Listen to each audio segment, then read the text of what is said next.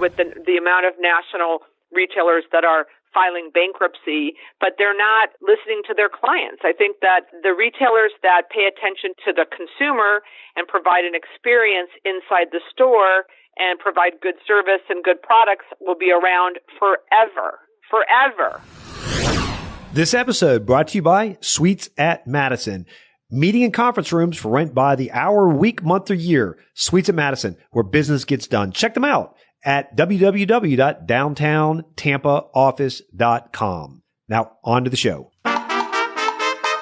You are listening to the Invest Florida Real Estate Show, covering topics in lending, buy and sell strategies, property management, hot markets, and tips and tools to guide you along the way on your path to real estate success. You want Florida investment real estate talk? You have come to the right place. And now, our hosts, Eric Odom and Steven Silverman. Hello and welcome to another episode of the Invest Florida Real Estate Show. This is your co-host, Eric Odom, flying solo, at least for the first few minutes. It has really been crazy. We have so much that is going on, particularly in the property management side. We've got a couple of deals that we're working on. And as I think I've been talking about, we're in the process of bringing on another 40,000 feet on the management side. Steven's bringing on another 30,000 feet. And we're both completing deals right now that are taking quite a bit of time, and it just is what it is. I mean, that's good. But Steven is out trying to complete an inspection on one of his properties that he's got in contract, and so he's running a little bit behind. And I just wanted to get their intro rolling before we have our guest today. Guys, as always, if you have an opportunity, we would really appreciate you going onto Stitcher or iTunes or Google Play Store and giving us a review. It definitely helps us because our guests do pay attention to those things when they're making decisions on how to invest their time. So if you would help us by giving us a review, it definitely helps you in return. I would also like to thank Tom from Miami.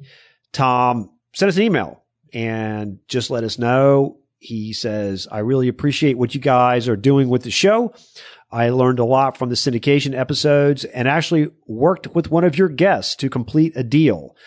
When are you headed back to Miami to do another episode? It seems like it's been a while. The market is insane down here, and I would like to hear your thoughts. Tom, thank you so much for sending that email. We certainly appreciate the feedback from our listeners. You're right. It has been a while since we've done anything on the South Florida market, and we are talking with a potential guest right now. And hopefully in the next couple of weeks, we will have one lined out for you. In terms of the doing a deal with one of our guests, I sent you back an email because I'm curious who that is. That's terrific. That's certainly the point of this show. Besides the fact that it is a learning opportunity, it also is an opportunity for people to network and learn what people do. And hopefully you get some ideas, and maybe that ends up you guys doing some business together. And I think that's terrific. So Tom, thanks again for sending us the email. Congratulations on getting the deal complete. I am curious as to which one of the guests that you're actually working with and what type of a deal you did. So if you could just fire us back an email and let us know, I would greatly appreciate that. Guys, I think that's all I've got. It's a short episode. I don't have Steven with me today, so let's go ahead and roll into our show. It's a little bit different today. We've got someone who's going to talk about filling retail plazas, so really excited about that. She's got some very unique perspective on the retail market. It's not all gloom and doom like you'll hear in the press seemingly every day. So stick with us. Azor Advisory Services is a full-service retail real estate management and development firm located in South Florida. We have with us today Beth Azor, who is the principal. She currently owns and manages 5 shopping centers in Florida and travels the country consulting with and brokering deals and training associates in the retail estate industry. Beth, prior to being at AAS, was the president of Terra Nova, Florida's largest third-party manager. She is a graduate of FSU, where she is a foundation trustee. She is also chairwoman of the board of the FSU Real Estate Foundation and sits on the board of directors of Hope Outreach Center in Davie, Florida. Beth, welcome to the Invest Florida show. Thanks, Eric and Stephen. I'm so happy to be here. No, we really appreciate your time. Beth and I met, Stephen, as I talked about at the ICSC show in August. I had the pleasure of sitting through one of her discussions on filling retail centers. And, as I was sitting and listening, and what a great motivational speaker she is, I thought, man, we need someone to come on to the show and talk about filling office and retail space. But on a larger scale, she's got such great ideas and wisdom on dealing with tenants and getting tenants in that I think anybody, any real estate asset class are going to be able to take nuggets from her discussion today. So, Beth, we're really, really happy that. Beth, I have to tell you that Eric came back from the ICSC and I said, so what was the good part about the show? And he spoke about you. So we're so interested to talk to you. Oh, I'm so happy. Thank you so much. I love giving nuggets every chance I get. I think after being in the business 31 years, it's incumbent upon all of us to give back. So I try to do that as often as I can. Yeah, I appreciate that. And Beth, why don't you give us a little overview of how you got started in the business and how you arrived to where you are today? Because you're not only a broker, but you also own properties too, correct? I do. I started in commercial real estate in 1986, so many years ago, in the rookie leasing agent training program at a company in Miami called Terra Nova. And I started in office leasing there, and we got a bunch of properties from the savings and loan crisis, which turned out to mostly be retail. So I transitioned into retail, and I loved retail. I thought it was fun learning about all of the retail businesses. I grew through the company, eventually becoming the president. So I was at Terra Nova for 18 years, and the last 6 years there I was the president. When I started with the firm, we had 11 people, and when I left, we had about 150. And I left when my son was 4. I was a single mom, and I wanted to spend more time being a mom, running a company, being the president of we probably had 60 shopping centers and office buildings and warehouses for life insurance companies and pension funds was very demanding, and I wasn't seeing my son as much as I wanted to. So I thought I would take some time off, and I knew I wanted to start buying my own properties, and my goal was to buy a property every 2 years. And besides that, I wasn't sure what I was going to be doing, and the phone started ringing. And some larger companies and REITs started asking me to come and do some training programs with their leasing agents, which I absolutely love doing and still do to this day. Today I own 5 shopping centers. I own an office building that will probably be redeveloped, hopefully, in the future to a shopping center. And during the recession, I actually gave back a property. I was, part of many of us that, had some troubles during the recession, where we always learn more. We learn more from those types of experiences than, outstanding successful ones, I believe. Sure. And so I'm on track to reach all my goals, and I love it. It's my company exists or consists of me, my assistant, a part-time bookkeeper, and an intern. So I do all of the managing. I'm the property manager. I'm the leasing agent. I'm the acquisitions person. If I have to, I can collect rent and, partnership memos to my partners. So I understand for your audience what it's like to be looking at deals to buy, leasing them, keeping them filled up, and collecting the rent and filling the potholes. Beth, if you pick up the newspaper today, everywhere you read, retail is dead. The retail is going in the garbage can, and you have a completely different outlook on life. Why don't you tell us about that? Absolutely. Retail's not dead. I'll tell you what, bad retail's dead. So, it is definitely about experience. Let me ask you guys a question. So total retail sales in the country today is $5.4 trillion. Mm-hmm. What percentage do you guys think makes up of online sales of the $5.4 trillion? What percentage do you think? I would guess about 10%. Okay. I think that's probably 5 to 10%, I would think. Okay. So it's 3.7 of pure play. Mm-hmm. So pure play means taking the shipping and handling out. So 3.7%. I mean, I ask my friends, they ask me, we go out to dinner and they go, how are you involved in retail? 50% is online sales. So I think the media, the fake media, puts a lot of bad press out there. I have shopping centers that I have restaurants. I have a small 42,000 square foot shopping center in Davie, Florida, where I've got $8 million of restaurant sales in 42,000 square feet. Mm. So, retail's not dead, but certainly bad retail's dead. With the amount of national retailers that are filing bankruptcy, but they're not listening to their clients. I think that the retailers that pay attention to the consumer and provide an experience inside the store and provide good service and good products will be around forever. Mm. I do think that there will be commodity, on dog food and toilet paper. I definitely think that kind of merchandise, goods-based merchandise will convert to online, but restaurants and health and beauty and entertainment, that's always going to be around as far as I'm concerned. My conversation that I have with folks about this all the time is I am an early adopter of technology, and so I was buying things online from as soon as it was possible to buy online. I'm a massive consumer online, but I am still a massive consumer of the retail experience and going into a shop and purchasing there.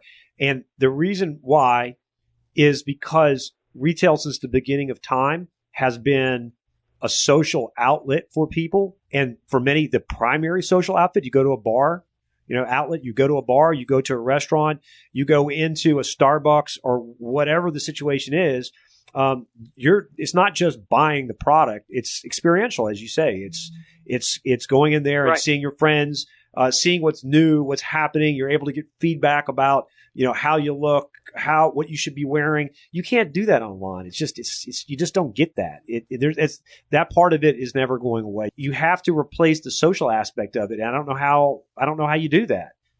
If you're going to get rid of retail. Right. Well, we're social creatures, and we definitely want to be with other people. Yep. So the retailers and the restaurants that provide that opportunity will continue to be successful. So, Beth, it's refreshing to hear that with so many people in the retail world crying the blues, brokers, landlords, and tenants included. And you have that rosy view. So what would you consider the top 5 ways to go out and fill spaces that you have could it be a retail center or office? Just some things out of the box. Yeah. And you've got, the situation where this negativity, it's becomes a self-fulfilling prophecy. I can't fill that. I can't do that. It's look at the news that's out there. It's bad. And Beth is someone who's out there filling her spaces. I mean, she's doing excellent in terms of the vacancy or occupancy in her center. So I'm going to be interested to hear these 5. But I'm sorry to interrupt, Beth. Go ahead. No, my pleasure. So my number one way is, the good old fashioned, feet hitting the street. So, and I would tell you that at least 3 times a month, 31 years in the business, my feet still hit the street. So there's nothing that can compare or that can be better than you walking into a store, seeing the merchandise, talking to the owner, and matching what your needs are to what they have. So the first thing what I do is when I buy a new shopping center or when I'm looking at existing vacancy is I say, okay, what do I want in this vacancy? What will be good for the center? It will match with my other co-tenants. It will drive traffic. Maybe I have a shopping center that I have no parking. So, in fact, I have one.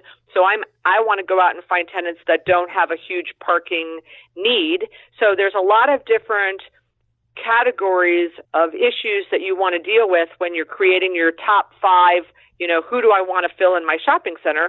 Once I have that list, then I want to go out to similar demographics as my property. So if I'm leasing a lower income shopping center, then I'm going to go to, neighboring lower income properties, and I'm going to go talk to check cashing or barbershops or, uses that would be good for that type of property versus if I'm a very high end, high income demographic, high disposable income, dual workers in the household, maybe that one's going to have a lot more restaurants in it.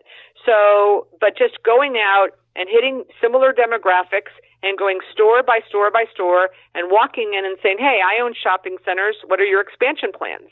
And usually, people go, oh, I don't want to do that. I don't want to bother them. They'll get mad. And what I say to my students is, most retailers, when they opened their first store, had an American dream of opening more.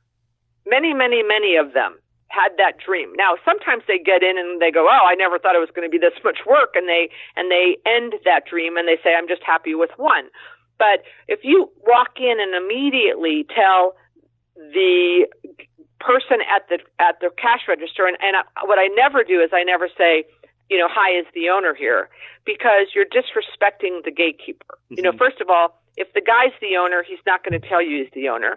And if the guy's not the owner, he's going to be mad that he's going to say, well, why doesn't he think I'm the owner? So it's a lose-lose proposition. So you walk in and say, hey, I own shopping centers. What are your expansion plans? The owner will immediately start dialogue with you. The gatekeeper will say, well, that's not me. Let me go get the owner. And then you have a dialogue. And that's the 100% A+ way to do it. As far as whether it's office buildings. I was in Albuquerque, New Mexico, I think about 6 months ago. And my group of people that I was working with were office leasing people. And we walked in and we went floor by floor by floor. We happened to walk into a full floor CPA firm. And we walked in and we said to the gatekeeper, hi, we lease the office building down the street and we're looking for some good tenants.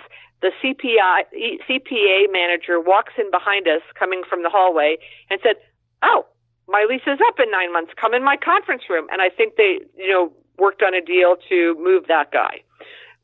Canvassing office buildings. So I was talking about this. I was in New York last week at the ICSC, and someone at my table said, well, you couldn't do that in New York because, there are security guards, and I said, well, those are in the A+ buildings. I bet there's some B and C buildings, and still in New York you could get in and go up the elevator. But so for sure, that's the number one way. My favorite, though, and my most recent creative way is through Facebook. And guys, let me tell you something. 18 months ago, I was anti-Facebook. I wasn't on Facebook. I thought the social media thing was just, not for me, and certainly had nothing to do with leasing space. Boy, was I wrong. I had an intern who suggested we do some Facebook. Eric's pulling a face at me. I just want to tell him here on public, as we're talking, that I have a friend on Facebook. So I've been telling him ever since we got back. Facebook, social media, Facebook. He just scoffs at me. So again, Beth. Well, we're not going to listen to him because Facebook and social media the term social media, everyone sticks their nose up at, but it's really the new internet. And social media is really networking on steroids. My intern says we should do some social media prospecting. I say, oh, that's never going to work. And then I heard that come out of my mouth and said, okay, I got to put my trainer hat on, and said, oh, sure, go ahead, honey. Maybe it'll work. And she did a deal, a month later with a chocolate guy that we had been trying to get his attention for about 6 months. But personally, me, myself, and I, over the summer, I wanted a bike store. So I went into my county, Broward County. I listed 23 bike stores that I found on Yelp. I wrote them down.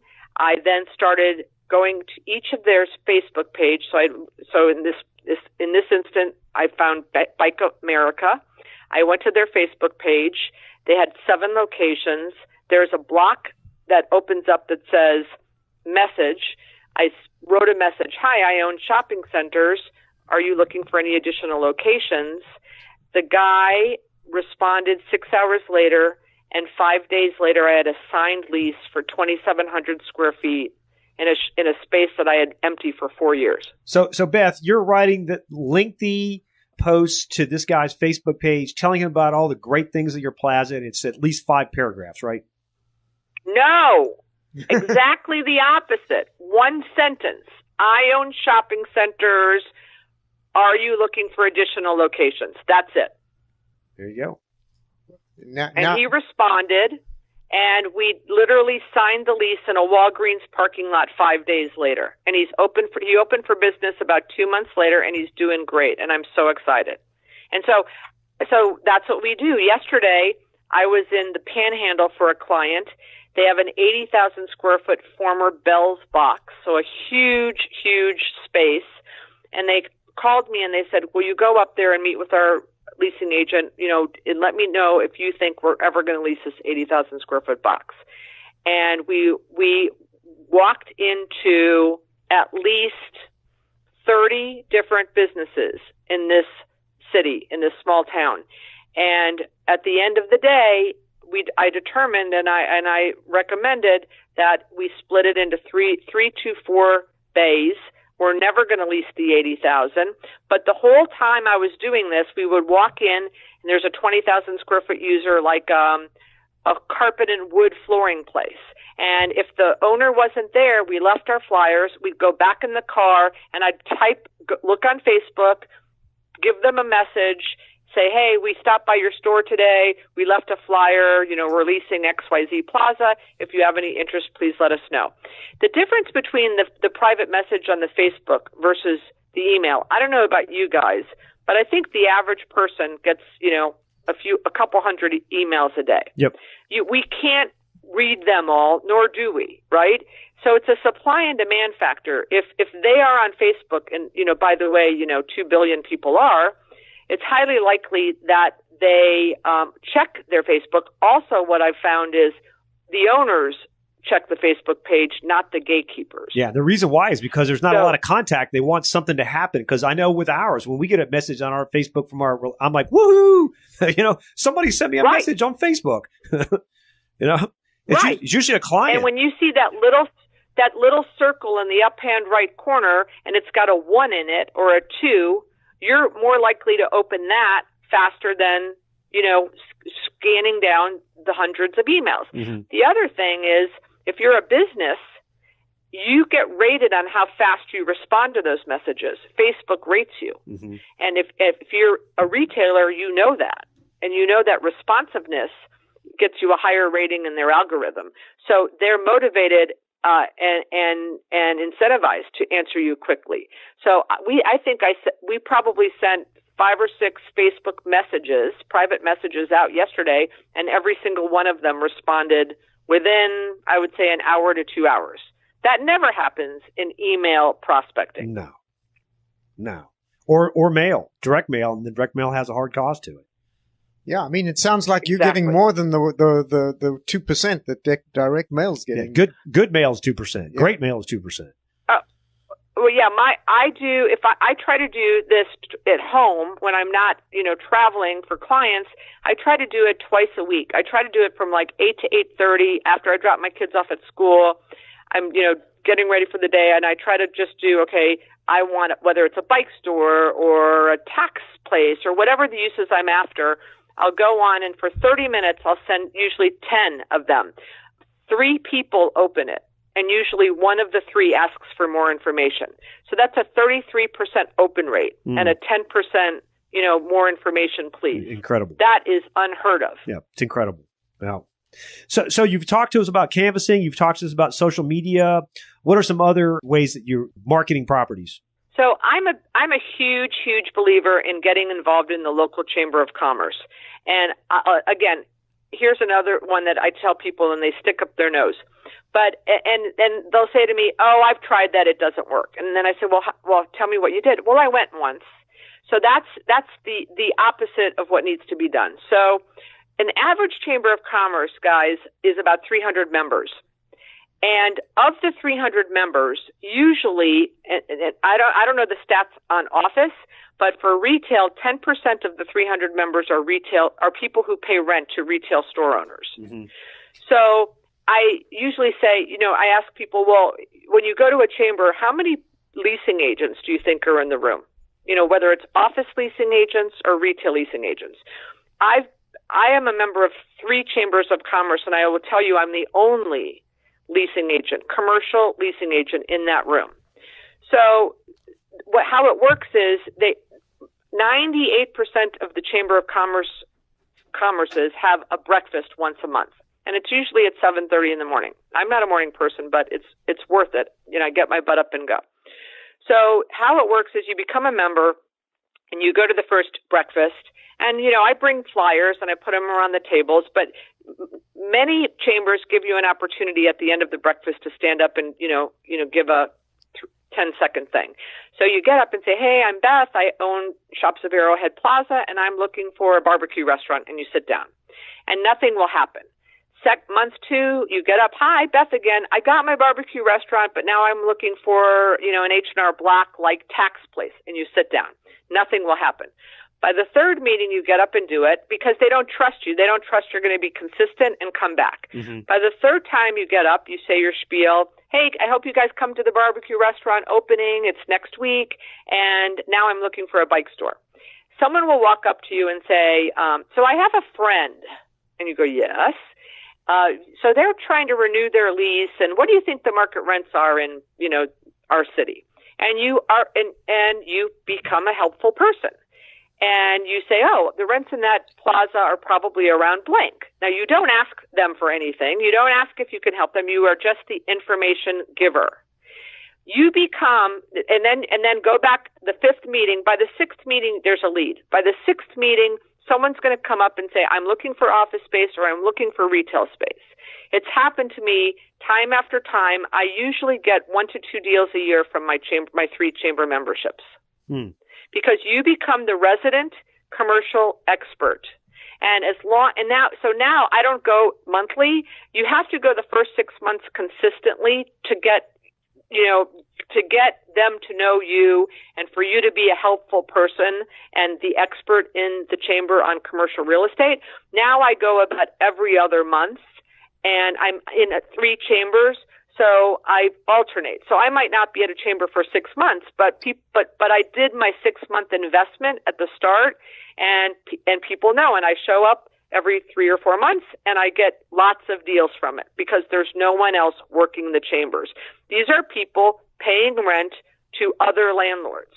So if you own a property, whether it's warehouse, office, or retail, give yourself 6 breakfasts in a row, and I promise you'll get some deals. And I love how succinct you are in your message, too. There's not a lot of verbiage. There's not a lot of selling anybody. You're just standing and saying, this is me. I'm looking for X, and you sit down. And it's the same with your Facebook message. We're starting to see a thread here, Stephen. Right. I know Stephen loves long 4 and 5 paragraph sales, flyers and things. And it's like, I always tell him, what do I say, Stephen? Less is more. Less is more. Less is more. Yeah, well, it's true. It's people have a limited attention span, and I understand it. Sometimes you have a lot to communicate, and you need to convey. But I understand that sometimes it's probably a better thing just to draw them in first and then talk about it. Yep. Okay, and so we spoke about the Chamber of Commerce. What's next on your list? Well, I'm a big believer in corporate visits. So in today's world of technology and cell phones, I don't see a lot of that being done. And especially with, for example, with the ICSE, everyone, runs to the ICSE, and you're competing with thousands of your, peers and your competitors. When I say to people, well, if you're trying to get a deal done with Starbucks, when was the last time you went to Starbucks headquarters? Oh, I've never done that. Okay, well, you might want to do that. And if you're going to be in Seattle, or if the Starbucks rep is, in Atlanta, go see them. The multiple times that I have gone to, whether it's Publix or Home Depot or Ulta or any of the retailers that I visited at corporate headquarters, always something good came out of it. might have been a renewal. It might have been an extension. Many times it was new deals because you don't have the time pressure of, I can only meet with you for 15 minutes because I've got to run to the next booth for my next meeting. Mm-hmm. They remember, and in those situations where they're meeting 20 people a day, they don't remember the person who came at 9 versus the person who came at 4. It's a big blur. So when you spend the time and the money and you go to their corporate headquarters, you usually get 2 or 3 hours. You get to meet with them. Maybe you get a lunch, a meal out of it. You do a portfolio review. I had a client who owned a shopping center with a Regal theater, and she just owned one shopping center, and the Regal theater was coming up for renewal, and she could not get the guy on the phone. And she called me up, and I said, well, go to Knoxville. She goes, what? I go to Knoxville. And she said, really? She goes, well, I don't want to go alone. I said, well, I'll go with you. And we called him up and we said, hey, we're, going to be in Knoxville. We'd love to come talk to you about your renewal. And we got the renewal done right then and there. And the guy was avoiding talking to her for months. So I think that there's a lot to be said for, and I know this is a huge discussion in the media, millennials versus baby boomers. The millennials are, always looking in their phone, but I just think it's a business thing. People just aren't, there was a commercial years ago. I don't know if you guys ever saw it, where the boss is walking around like the manufacturing plant and he's handing out these envelopes So someone said, what are these? And he says, they're plane tickets. We're going to go see every one of our clients, including, and they go, where are you going? And he said, the number one client. We don't do enough of that. Mm-hmm. And I presume it could be equally productive in the office industry or the industrial industry. If you have a tenant that you want to, get, I had a client once, a big client. We owned a shopping center. We had an empty Kmart. And my client kept saying, I want Costco, I want Costco, I want Costco. And I would call the broker, and the broker would say, no, they're not interested. And, every month my client would call. And finally my client called and said, enough of this. Get me an appointment at Costco's headquarters. We're going to fly out there and we're going to make the deal. And would you know, it happened. We went there and we made the deal, and I was embarrassed because for 6 months, I was just calling the broker and calling the real estate manager. They kept telling us no. But when we got on a plane and flew out there, it happened.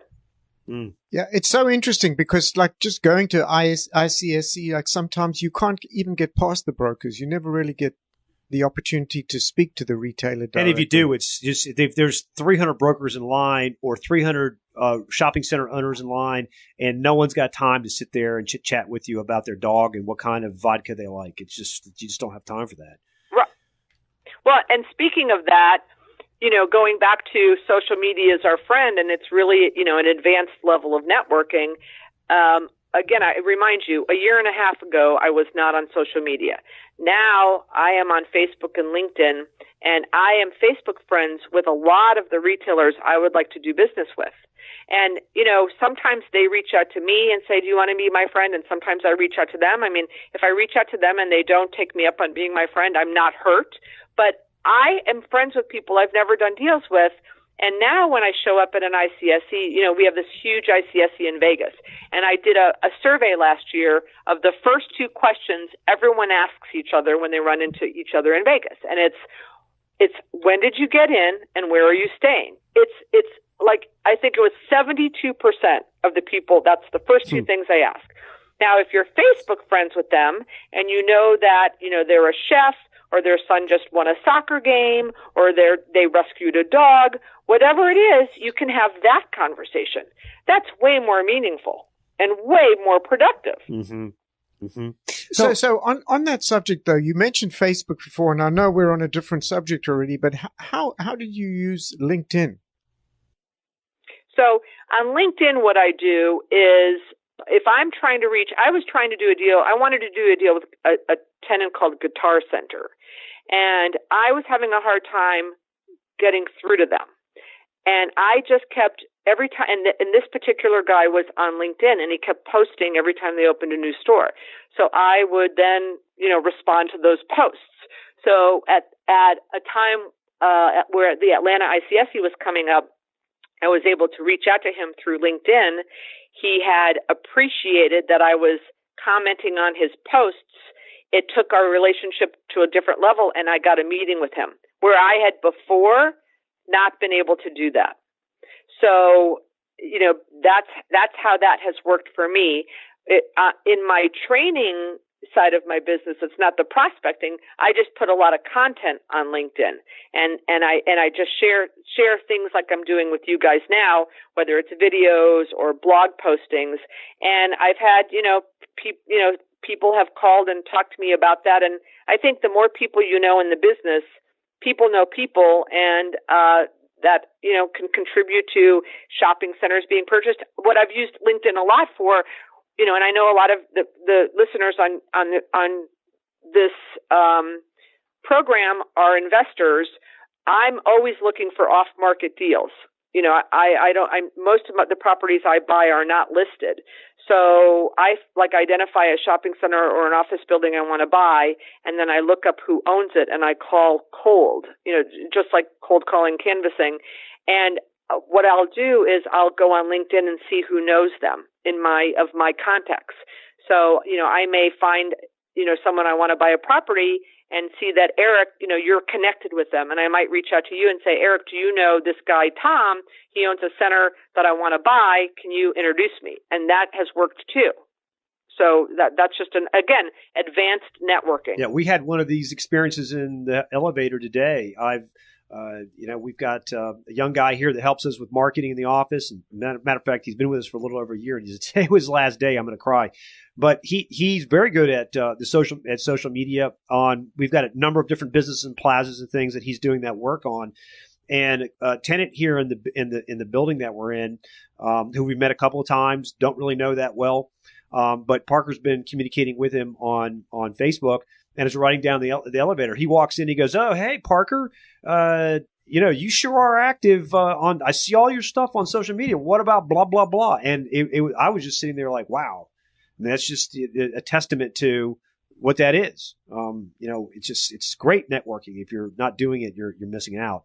Now, how do brokers fit into your? I know you're a broker, but do you try to, as brokers, are they an outlet for you to try to find deals and get deals done? Absolutely. I would be nowhere without my friends, in the brokerage industry. And I'm constantly having coffee or lunch or putting, groups together. I have a group of female brokers. They're landlords, they're brokers, they're tenant reps, they're all kinds of people in the commercial industry. Annually, we go on a trip for 3 days. This past September, we went to Rhode Island, and there were 37 of us. So I'm a big believer in small group networking with each other in the industry. I woke up, about 3 or 4 years ago and realized I kept meeting a lot of my friends' sons. I said to my intern, let's start a list. I think there's an inordinate amount of sons in the business all of a sudden. And it was about 47. So I invited them all to a lunch, and about 29 showed up. And I said, okay, I am calling this group hijos, which is in Spanish sons. Mm-hmm. And I said, you guys are sons of people in the business. You either work with your dad or, your dad's in the business and you don't work with them, but you have something very distinct in common that not a lot of people do. And, you all might be inheriting the business from your dad, or you might have issues working with your dad. So you guys should do things together, small group networking, like-minded people. And those guys have gone on fishing trips, and they've had poker games, and it's grown into a very nice little group. And as new sons come into the business, those guys invite them in, and I'm just very proud that I helped put it together, because they really are in a unique situation. Similarly, whether it's women or your college alumni. But I think that, having relationships in our industry is one of the best parts of being in the industry. Mm-hmm. There's some great people in our industry. So, it sounds like, you've been productive in terms of doing broker events and broker groups and this sort of thing to try, again, getting another common thread here is the social aspect of it and networking people beyond just let's do a deal. It's more than just let's do a deal. There's a comfort level when it comes time to do it. Yeah, the people know me, like me, trust me, do business with me. Do business with me is last. Know me, like me, trust me. That's first. So right, and have fun. Have fun. Like one of the groups down here they did paintball 2 days ago. They took a bunch of landlords out to paintball. It's a big tenant rep firm. I'm having an event at Topgolf at the end of January. But we took lunch over to a local brokerage firm. Myself and my intern and another gentleman that's working with me, that's just started working with me, and we did a portfolio review of our properties, and they do a lot of tenant rep. And today, one of the guys in the room called and said, I think I'm going to send you an LOI. Because it's top of mind. People get very busy. There's a lot of properties. Everyone's busy running around with all of their representatives. And again, I think technology is a phenomenal thing, but it's gotten us away from dealing person to person. Mm-hmm. I remember when I first got in the business in '86, every night we would be going to some office building topping off party, like in a lobby. And every night we were at, literally 3 or 4 nights a week. And I'm sure you guys remember this. And, that was networking. And, whether it's when the recession hit and then the landlords don't have the money or whatever, but that doesn't happen that much anymore. And I think that if we did more of that, more deals would get done. Mm-hmm. So let's just review real quick. We talked about canvassing, social media, active member of the Chamber of Commerce, corporate visits, and broker events. Now, before we got started, actually, let me ask you a question first, because also in retail, there have been some shifts, and you're getting a lot of opening of large box spaces. You talked about subdividing it. Well, how do you feel about two very distinct tenants? And I think I know what your answer is going to be, but I want to hear it anyway. Churches and medtail, in other words, medical that's going into retail spaces. What are your thoughts about those? So I love medical. Love medical. Love medical. It brings people into the property. I mean, there's some medical I wouldn't want to do. I wouldn't want to do, pill mills. That's not, but, if there's hospitals that are bringing in their satellites, I just signed a lease with MD now. So I love medical. Churches, I would not do a deal with a church because I would be afraid if I evicted them, I'd be on the front page of the newspaper. Okay. Now, we started talking about this before we got rolling into the. You guys are supposed to laugh at that. That was kind of funny. Well, no, I mean, you mentioned churches, but it's actually we have a couple Steven in some of the plazas, and it's a headache. You want to do the right thing, right?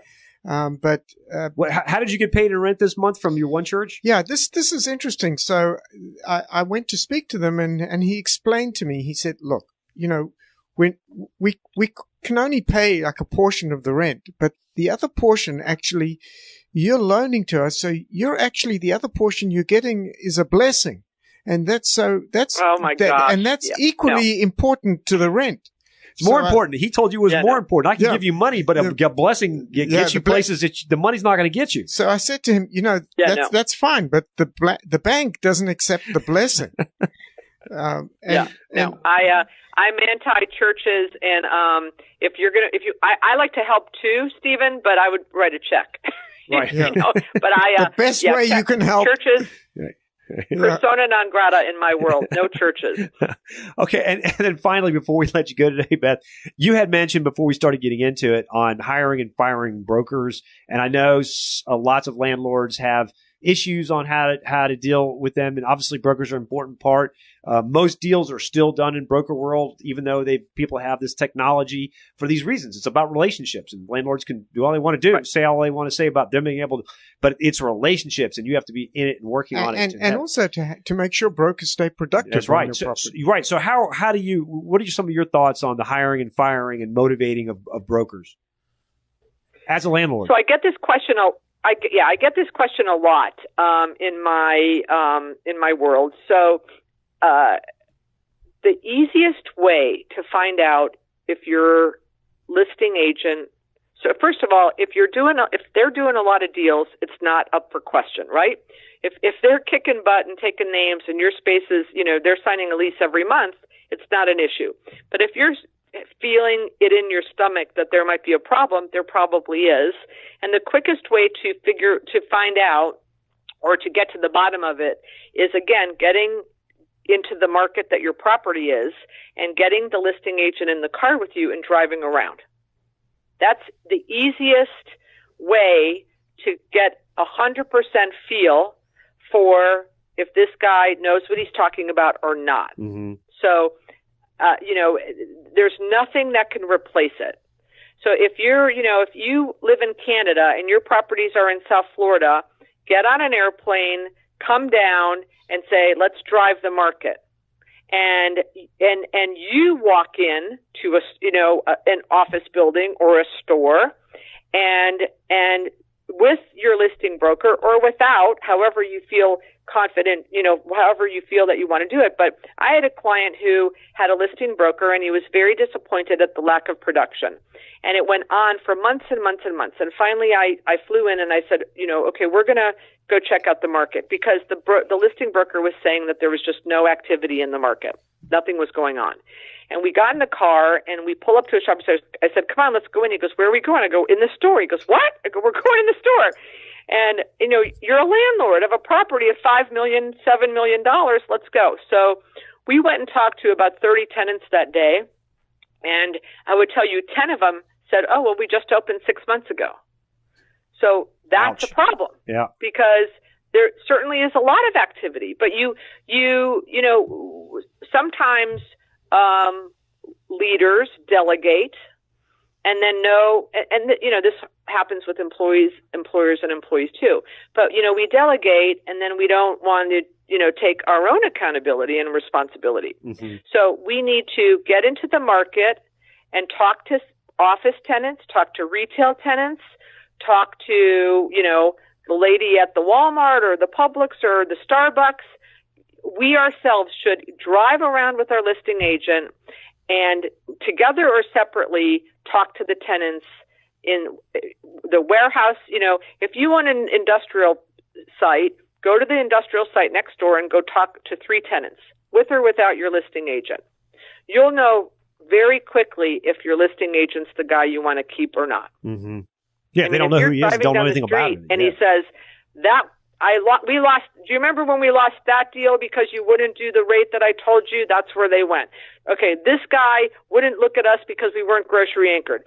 This guy, the listing agent who knows what he's doing will not be afraid to get in the car. He'll be proud and he'll say, let me show you everything that's going on in the market. I would tell you, unfortunately, that would probably be maybe 10 to 20% of most of them. Most of them would be freaking out if you came to town and wanted to drive around the market with them. Mm-hmm. Yep. Yeah, the internet's a comfort level. You can hide behind it. Just send brochures, do whatever it is, and go from there. Yeah, but if you're gonna walk out and you're in an industrial plaza and you're gonna go talk to 2 or 3 tenants that they don't even know you've got a space next door or have no idea who this broker is, pretty good chance that guy's really not beating the streets like he should be. Right. Yeah. Exactly. So that's the absolute easiest way to know you've got the right one or know you need to make a change. And then Mr. Owner of Real Estate, when you're in the market, you're going to know who to change to because you're going to see the properties that have the signs. You can then go meet them while you're in the market. You can talk to the owners of their properties they have the signs in front of to see if they're happy with them. Mm-hmm. You'll know who's competitive or not. So, we are responsible for millions of dollars of real estate. We should take more of an active role. Mm-hmm. I hear you. Yeah, personal touch. Yep. It's really interesting. So Beth, if people want to reach you, let's just back up a little bit because Beth does a number of things. She's a owner landlord. She's a broker in South Florida. She's a trainer. She trains anything from REITs to other brokerage companies to landlords that want to know how to fill their space. So there's a number of reasons that people would want to talk to Beth. So Beth, why don't you go ahead and give people your contact information and based on how they might, and maybe I've missed some areas that people want to reach out to you. Sure. So BethAzor.com, very easy. So BethAzor.com that will take you right to my website. My cell phone is 305-970-0416, 305-970-0416. Terrific. Beth, any other parting words of wisdom you'd like to leave for our listeners? I'm blessed, like the pastor told you. I'm blessed. I think we're in a fabulous business, and we're having a booming economy, at least down here in South Florida. And I'm just grateful. Thank you for asking me to be on the show. I thoroughly enjoyed it, and let's all go rock and roll and finish the year out and get some deals signed. Yeah, and at least your blessings you can take to the bank. Exactly. I'm still no more churches. I know. I'm still perplexed. I'm still perplexed how to explain it to the owner, like what a fortunate position he's in. Because but Beth, thank you very much. So much for the opportunity. Yeah, thank you, Beth. And that was Beth Azor giving us some great ideas on how to fill retail plaza and keep focused on the task at hand. Beth's very, very successful down in the South Florida market, and she's been terrific at filling her plazas. And she's a little bit of everything. She's an investor, a developer, a broker, a hand holder, a mom. She's got a lot of stuff going on there. And for Beth to take the time out and invest it with us, it's certainly very much appreciated. So thank you, Beth. Hopefully you guys got a lot out of the show. If you have any questions or concerns, as always, go to www.investfloridashow.com. Send us a message and let us know. We take a lot of suggestions from our guests in terms of how the show is run and guests and potential topics. So please, if you've got anything for us, get on the website there and fire us an email. So until next time, hasta la vista. You've just listened to the Invest Florida podcast with Eric Odom and Steven Silverman. Join us every week for actionable real estate investment ideas, and of course, visit our website at www.investfloridashow.com for more shows and tips on how to earn a cash flow in the real estate market in Florida. While hosts and producers of the Invest Florida show have no reason to doubt the validity of comments of our guests, we do not warranty their accuracy. Please check with your legal, financial, and tax advisors before entering into any investment. Returns will vary from person to person and deal to deal based on unique circumstances. All information expressed in this show is for educational purposes only. Opinions of the guests are not necessarily shared by the hosts and producers of the Invest Florida show.